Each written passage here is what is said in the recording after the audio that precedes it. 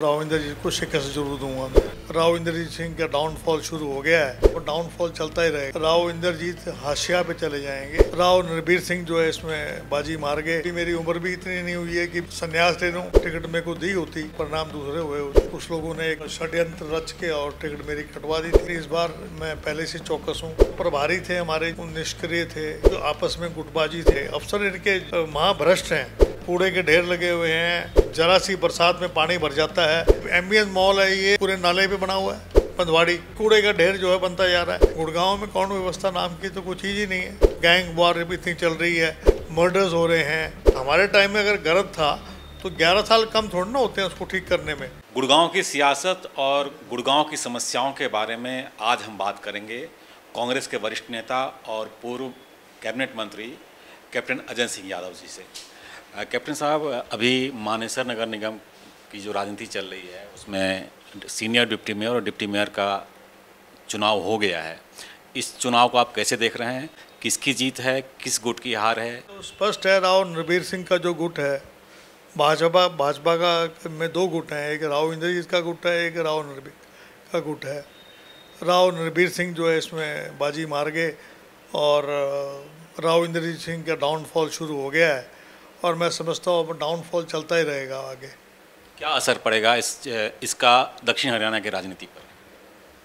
दक्षिण हरियाणा की राजनीति पर असर ये पड़ेगा कि जो आने वाले चुनाव आगे आएंगे उसमें राव इंद्रजीत हाशिया पे चले जाएंगे और कांग्रेस की सरकार बनेगी। और मुकाबला अगर मेरे से हुआ तो राव इंद्रजीत को शिकस्त जरूर दूंगा मैं। आप क्या चुनाव लड़ेंगे? आपने दावा ठोक दिया है। नहीं, वो तो अभी तो टाइम बहुत है और अभी मेरी उम्र भी इतनी नहीं हुई है कि भी मैं संन्यास ले लूँ।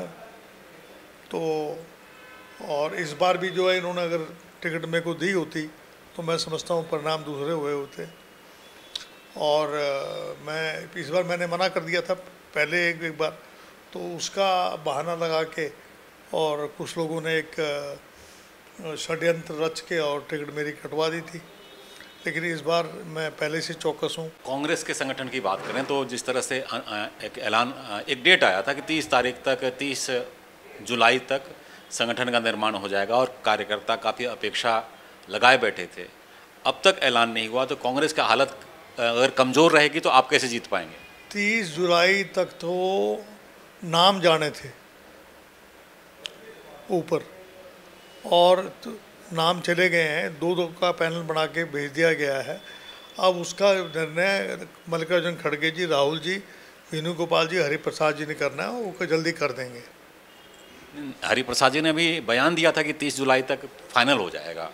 उसके बाद ये कोई लिस्ट जारी नहीं हुई तो अब इसके बारे में या तो हरिप्रसाद जी जवाब दें, लेकिन जो मेरे को जानकारी है, जो मेरी बातचीत हुई थी हरिप्रसाद जी, उन्होंने कहा था कि हमने 30 जुलाई को हमने नाम भेज दिए ऊपर। आप इतने वरिष्ठ नेता हैं, 11 साल से ये संगठन नहीं बन पा रहा है, तो इसको क्या माना जाए कि क्या मूल कारण क्या है कि संगठन निर्माण नहीं हो पाता? क्या कारण है? इतने अध्यक्ष आए, इतने प्रभारी आए और फिर भी संगठन नहीं बन पाया।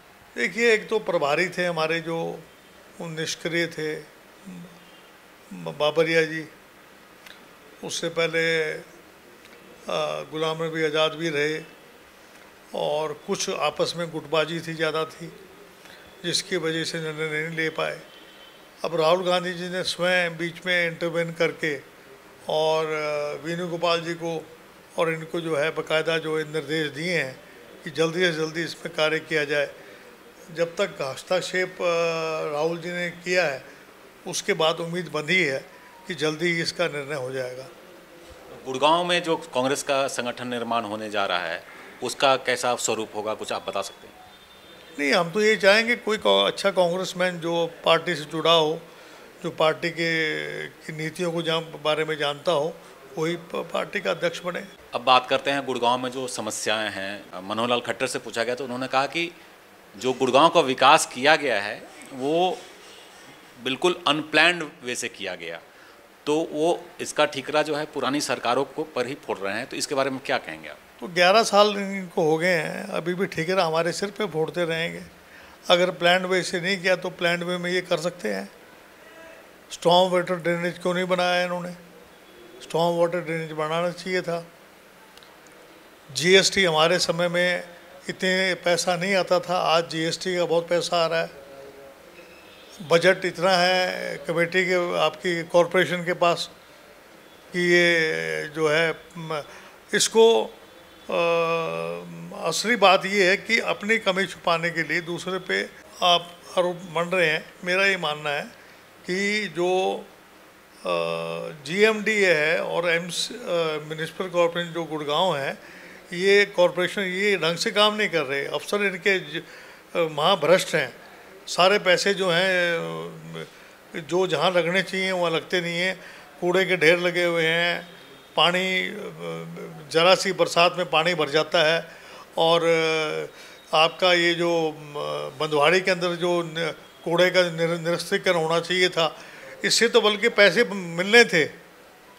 इंदौर के अंदर जो आपका जो वहाँ पर जो निरस्तीकरण कर रहे हैं, उसको कूड़े के 9 हिस्से में कर रहे हैं और उससे कमाई कर रहा है, खाद बन रहा है, उससे कमाई कर रहे हैं। तो बजाय इसके कमाई करने के, ये तो बोझ बन रहा है बंदवाड़ी। अभी भी कूड़े का ढेर जो है बनता जा रहा है। ये नहीं कि अफसरों ने जो है इस पर पूरा ध्यान नहीं दिया और इसका निरस्तीकरण का काम नहीं किया, और सीवरेज सिस्टम जो है उसको प्लान वे से नहीं ठीक किया। और अगर हमारे टाइम में अगर गलत था तो 11 साल कम थोड़ा ना होते हैं उसको ठीक करने में। आप प्लान वे से आप अपना, मुख्यमंत्री ने कहा है कि इस तरह की वाटर लॉगिंग तो अमेरिका में भी होती है, और राव नरवीर सिंह ने कहा है कि ये मीडिया थोड़ा बढ़ा चढ़ा कर बता रहा है, तो इस बारे में क्या कहेंगे?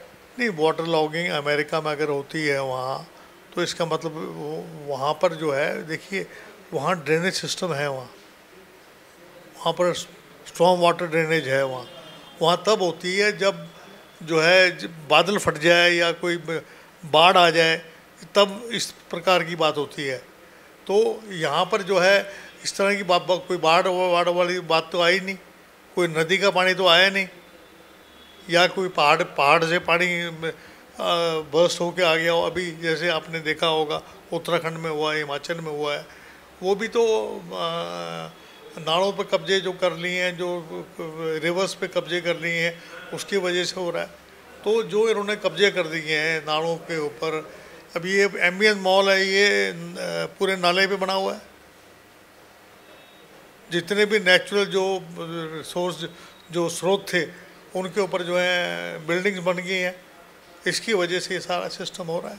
आप भी मंत्री रहे हैं, बड़े एडमिनिस्ट्रेटर रहे हैं, आप क्या सलाह देंगे जो वाटर लॉगिंग और कूड़े की जो बड़ी समस्या है? ये इसका निरस्तीकरण करें और एक अच्छी फर्म को दें, इंदौर जाएं, वहाँ पर देख के आएँ, अपनी टीम को भेजें, उन्होंने किस तरीके से काम किया है और उसके मुताबिक फिर अपना काम चलाएं। कानून व्यवस्था को लेकर भी आप लोगों ने सवाल खड़े किए हैं कि गुड़गांव की कानून व्यवस्था में क्या खराब हुई है? चेन स्नैचिंग हो रही है, डकैती हो रही है, आपस में जो राइवलरी, जो गैंग वार इतनी चल रही है गुड़गांव के अंदर, कोई भी आदमी सेफ नहीं है, और गुंडागर्दी है, और जिस तरीके से मर्डर्स हो रहे हैं, चोरियां हो रही हैं, डकैतियां हो रही हैं, दिन दहाड़े जो हैं लोगों को मार दिया जा रहा है। तो गुड़गांव में कानून व्यवस्था नाम की तो कोई चीज़ ही नहीं है। ये थे कैप्टन अजय सिंह यादव, जो कि गुड़गांव की समस्याओं के बारे में और दक्षिण हरियाणा की राजनीति के बारे में हमसे बात कर रहे थे। ओम सिंह, गुड़गांव रिपोर्टर।